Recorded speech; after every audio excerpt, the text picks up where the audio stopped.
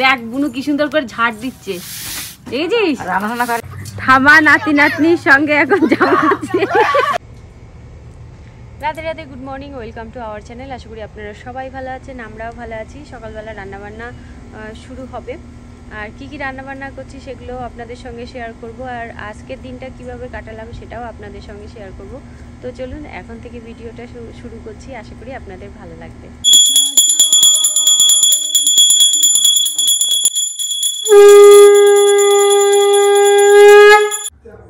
তো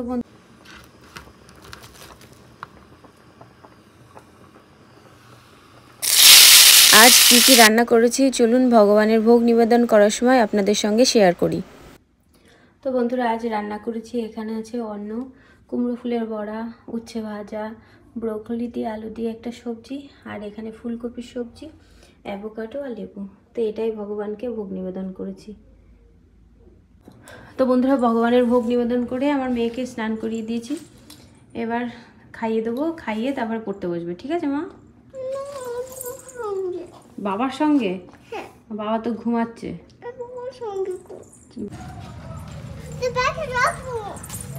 দেখি কই এই যে এখানে রাখো,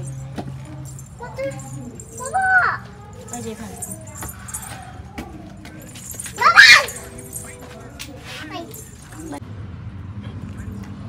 আর একজন আদর নিতে যাচ্ছে বাবার কাছে, বাবার আদর করার জন্য আবার ফিরে আসতে হলো।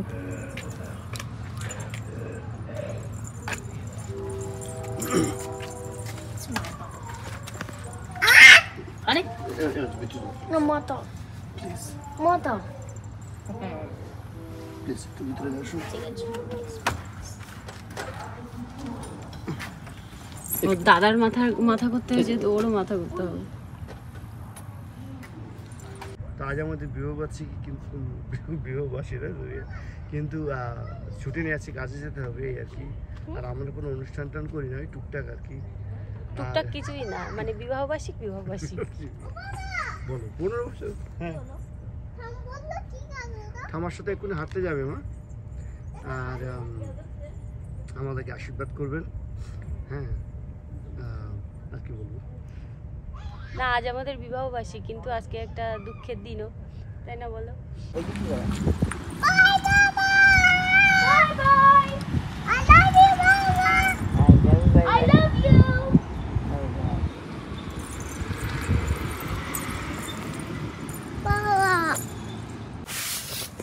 আমার মেয়ে এখন বিকালবেলা ঝাড় দিচ্ছে।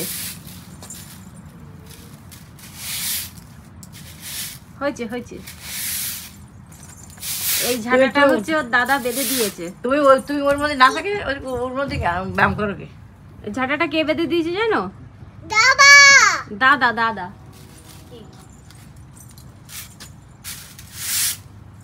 ঝাঁটা লাগবে তোমার বাড়ির অনুষ্ঠান হলে। দেখ বুনু কি সুন্দর করে ঝাড় দিচ্ছে, দেখেছিস? রান্না করে কি?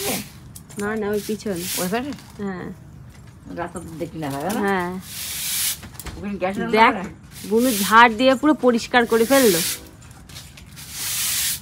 কিছু শেখাতে হয় না।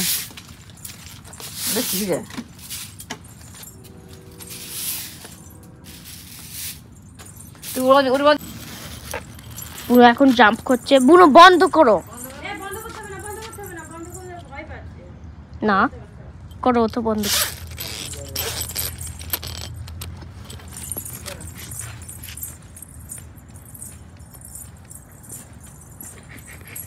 তো বন্ধুরা, আমি এখানে মায়ের চুলে কালার করে দিচ্ছি, আর আমার ছেলে জাম করতে করতে বুনুর ভিডিও তুলছিল, তারপরে কখন দেখি আমাদের ভিডিও তুলে নিয়েছে।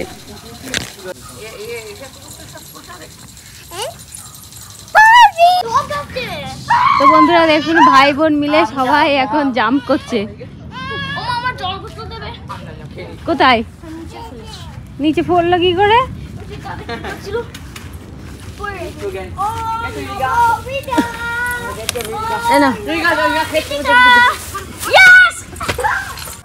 আমরা এখন যাচ্ছি কচু বাগানে। মা কচুর লতি দেখেছে কোথায়? হ্যাঁ এই তো কচুর লতি হয়েছে। হ্যাঁ এরকম তুলি, কিন্তু এ তো বেশি হয়নি, আরো বেশি হলে তখন তুলতে হবে। বেশি হবে না, তাই এই ঘাস পাশ ফেলে 10 মিনিটের মধ্যেই হ্যাঁ তাই। আর এই দেখো কচুরলতি, দেখি না আরে মা এগুলো খেতে ভালো লাগে।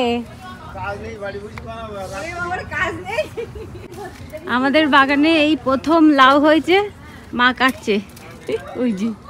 কেটে রে, হ্যাঁ হ্যাঁ কাটুন। এ শক্তই যাবে এই মা। আমরা তো দেখতেই পাইনি। আপনার ছেলে ও ও বেড়ার ওই পাশে হয়েছিল। হ্যাঁ আপনার ছেলে বেশি দেখতে। পাকানোর দরকার নেই, শক্ত গেলে ভালো লাগে না। এই দেখেন ইঁদুরের সন্ধান পাচ্ছিল মনে হয়। কই? এই দেখেন, এটা কি ইঁদুরে খাওয়া? না, না। এমনি। ও ওই তো একটা লাউ, ও ওই যে গোল লাউ হয়েছে। এখনো বড় হয়নি তো, জালি এখানে অনেক জালি। হ্যাঁ তাই তো, আমাদের এইখানেও 3টে লাউ ধরেছে। এই দেখেন মাচায় ওই শালকুমড়ো গাছে এটা ভেঙে দিচ্ছে, ওইটা পড়েছিল ওই গাছে, সকালে ভেঙে দিয়েছে এটা। 4টে লাউ, এই 3টে আর ওই মার হাতে আর একটা। ওন 4টে লাউ। লাউ না, হুম। এবার সব লাল গিরে গিরে জালি পড়ে। একটা লাউ গাছ উঠেছে, ভেঙে দেওয়া হয়েছে, এই গোড়ায় মাটি দেওয়া হয়েছে। আমাদের লাউ তোলা হয়ে গেল, এবার উচ্ছে তোলা হবে। এটা লাল হয়ে যাচ্ছে, দেখছা? হ্যাঁ কারণ নেবো, একটা নেবো দুটোই নেন, ওটা লাল হয়ে যাবে এখন। এটা সবকটা তোলা যাবে কিন্তু মা, হ্যাঁ ওইগুলোও তোলা যাবে। ওই বড়, হ্যাঁ এটাও তোলা যাবে। এটা লাল হওয়ার আগে নিচে হ্যাঁ যখন এই ইচ্ছা আছে আমার এই যে ভেন্ডিও বড় হয়েছে। ভেঙে উন কাজ দিচ্ছে, এই যে এই কাজ দিচ্ছে। কালকে তুলবেন তো।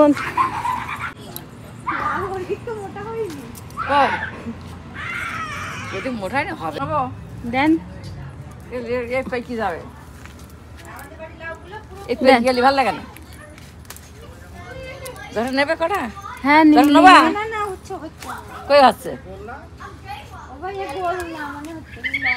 না না ওটা গোল, এটা চ্যাপটা গোল, ওটা ঘটের মতো গোল না, এটা- ঘটের মতো গোল আর না, লাগবে না। ওটা চ্যাপটা গোল। ওটা থাক, ওটা থাক। আর আমাদের গুলো পুরো ঘটের মতো। মা দিয়েছে মনে হয়। আমার এই বেগুনটা তোলা যাবে। এগুলো কিরাম হয়ে যাচ্ছে, হুম, তা এখন বেগুন তোলা হচ্ছে। এটা দেবো হ্যাঁ ওটা তোলেন। আর কি দেবো? আর তোলা যাবে এখানে। বুঝতে যাচ্ছে না তোমার বেগুন। আপনার ছেলে তোলে তো, সাদা বেগুনগুলো বড় হয়েছে। কি? ওটা বেগুন সাথে নিয়ে যান না, ওটা তোলার মতো হয়নি। ভেন্ডি হচ্ছে কিনা কি জানি। বেগুন কিরাম হয়ে গিয়ে গাছগুলো কিরকম হয়ে গেছে না, ওই জন্য। কি সুন্দর লাগছে আকাশটা। খেলাই গে ঠামার সঙ্গে জাম করো। ঠামার নাতনি একসঙ্গে জাম করছে, তাতে আর দেবো না। সবার সঙ্গে জাম। আমি বসে গেলি ঠামা নাতি নাতনির সঙ্গে এখন জাম করছে, জাম করতে গিয়ে বসে পড়েছে। বন্ধুরা মাঝখানে দুদিন ভিডিও দিতে পারিনি, আবার ভিডিও আপলোড করতেও আমার অনেক দেরি হয়ে গেল। আর এখন আমি রাত্রিবেলা রান্না করে নিচ্ছি গোলা রুটি আর পায়েসটা আমার রান্না করার কোনো ইচ্ছা ছিল না, কিন্তু মাঝখানে একদিন আমি পায়েস তৈরি করেছিলাম, তখন বাবা মারা এসেছিলেন, তো সোনার সেই পায়েসটা ভালো লেগেছিল। ওই জন্যে সোনা বলল যে মা আজ পায়েস রান্না করো, ওই জন্যেই পায়েস রান্না করছি, মানে সিমুইয়ের পায়েস রান্না করছি। অনেক দিন সিমুই বলে অনেকে, অনেকে সিমাই বলে, তো সিমাইয়ের পায়েস রান্না করছি, অনেক দিন পর রান্না করছি। আর এই যে আমার গোলা রুটি তৈরি করা হয়ে গেছে, 2টো প্যান বসিয়ে দিয়েছি, ওই জন্যেই তাড়াতাড়ি আমার রুটি তৈরি করা হয়ে গেছে। আর এই যে বাবা মার থালা গুছিয়ে দিয়েছি, এবার বাবা মাকে খেতে দেবো, বাবা মাকে খেতে দিয়ে দেবো, তো সোফার সামনেই এখানে খেতে দিয়ে দেবো, ওই জন্য টেবিলটা এইদিকে সরিয়ে নিয়ে এলাম। আর বাবারা মুভি দেখছে, সেটা হচ্ছে বড় বউ। তো বাবা মাকে খেতে দেওয়ার পর বাবা মার সঙ্গে সঙ্গে আমিও এই মুভিটা দেখছিলাম, আর আমার ছেলেও দেখছিল, আর সবাইকে একসঙ্গে খেতে দিয়েছি। নাতি নাতনি দাদু ঠাম্মার সঙ্গে বসে খাচ্ছে, দেখেও ভালো লাগছে। এখানে সোনার বাবা বাড়িতে থাকলে বেশ ভালো হতো। আমরা যখন সবাই একসঙ্গে বসে খাচ্ছিলাম তখন আমার মনে হচ্ছিল যে আমি ইন্ডিয়াতেই আছি, আমার ছোটোবেলার কথা মনে পড়ে গেছে। তার কারণ আমরাও ঠামা দাদুর সঙ্গে একসঙ্গে বসে খেতাম।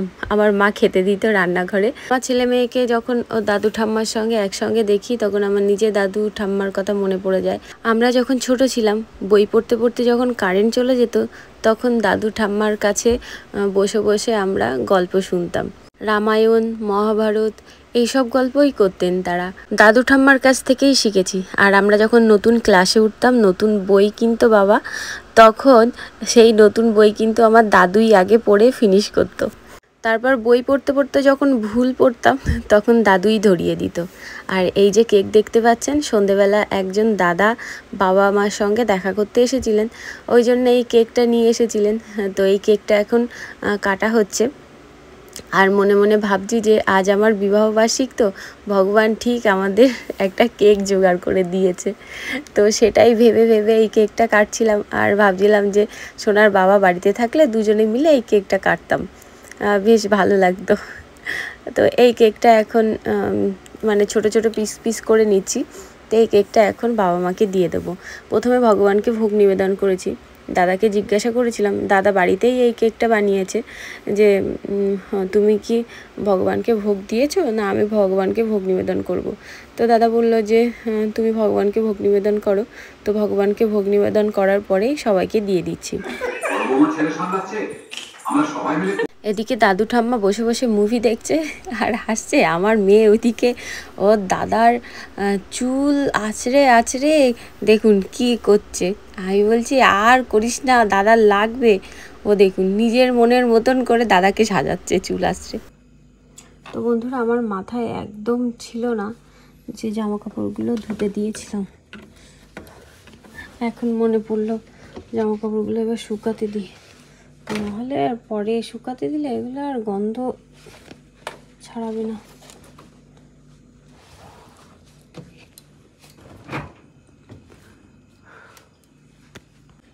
সব জামা কাপড়গুলো শুকাতে দেওয়া হয়েছে।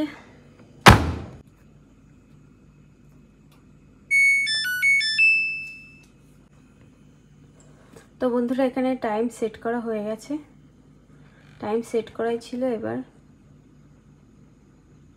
শুকাতে দিই। আর এইগুলো এখানে মেলে দেবো, শুকিয়ে যাবে। তো বন্ধুরা, রাত্রিবেলা আমাদের খাওয়া দাওয়া হয়ে গেছে, ঘুমাতে এসেছি। আর আজকে দেখলেন কি কি রান্না বান্না করেছি। আজ আমার বিবাহবার্ষিক উপলক্ষে সেরকম স্পেশাল কিছু হয়নি, আর মন থেকেও সেরকম ইচ্ছা করছে না। তার কারণ কালকে একটা দুঃখজনক ঘটনা ঘটে গেছে, সেই কারণে সারাদিন মনটা খারাপ। তো নিজেকে খুশি রাখার চেষ্টা করছি, কিন্তু যখনই একা একা থাকছি তখনই মন খারাপ হয়ে যাচ্ছে। তার কারণ হচ্ছে কালকে আমার কালকে ইন্ডিয়ার টাইমে ভোরবেলা ওই 3:30-3:30 দিকে আমার মা ফোন করেছিল। ওই 3:30টার পরেই হবে। আমার মা ফোন করেছিল যে আমার বড় মাসি আর নেই। তো সেই কারণে আর ওই জন্যে মন থেকে বিবাহবার্ষিক উপলক্ষে অতটা এমনি আমরা অত বিবাহবার্ষিক উপলক্ষে অত অনুষ্ঠান করি না, কারণ সোনার বাবা তো বাড়িই থাকে না। ওই জন্যেই কি আর করবো, কোনো কিছু করতেই ইচ্ছা হচ্ছিল না। সোনার বাবা তো এমনি মনে ছিল না। সকালবেলা ওর বাড়ি আসলো, তারপর আমি বললাম। তো সন্ধ্যেবেলার দিকে বাবা মার সঙ্গে একজন দাদা দেখা করতে এসেছিলেন। তো সেই দাদা কেক নিয়ে এসেছিলেন। তো যাই হোক, আমি একা একাই কেকটা কাটলাম। কেক কেটে সবাইকে দিলাম। এমনি কেউ জানে না আজ আমাদের বিবাহবার্ষিক, কাউকে বলা হয়নি, বাবা মাকেও বলা হয়নি, শুধু আমরা দুজনেই জানি। আমার তো মনে ছিলই, সোনার বাবাকে অনেকদিন ধরেই মনে করাচ্ছিলাম, কিন্তু যথারীতি হয়তো মাথা থেকে বেরিয়ে গেছিল, ওর কাজের মধ্যে থাকে হয়তো, সেই জন্যে। বিবাহবার্ষিকীতে অনেকে অনেক রকমভাবে সেলিব্রেট করে, কিন্তু আমার এমনি প্রথম থেকে কোনো ইচ্ছা হচ্ছিল না, যেহেতু সোনার বাবা বাড়ি থাকে না। প্রত্যেক বছরই সোনার বাবার কাজ থাকে এই দিনটায়। না, শুধু এই দিনটা না, প্রত্যেক অকেশনে ওর কোনো না কোনো কাজ থেকেই যায়, ওই জন্য ও বাড়ি থাকতে পারে না। আর আমি আশাও করিনি, কারণ অনেক বছর হয়ে গেছে, তো ও বাড়ি থাকতে পারে না বলেই আমি আর কোনো আশা করিনি যে ও বাড়ি থাকবে। যেহেতু কাজের মধ্যে থাকে, কাজে তো যেতেই হবে। তো যাই হোক, আজকের দিনটা এইভাবে কাটালাম। ভাবছিলাম পায়েস টায়েস কিছু করবো না, কিন্তু আমার ছেলে বললো যে আগের দিন সেদিন ভিডিও মাঝখানে তো 2-3 দিন আমি ভিডিও করিনি, ঘোরা থেকে বাড়ি ফেরার পর।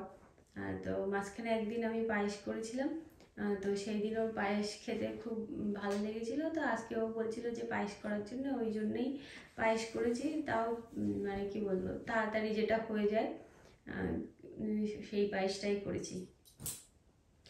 আর গোলা রুটি, ব্যাস।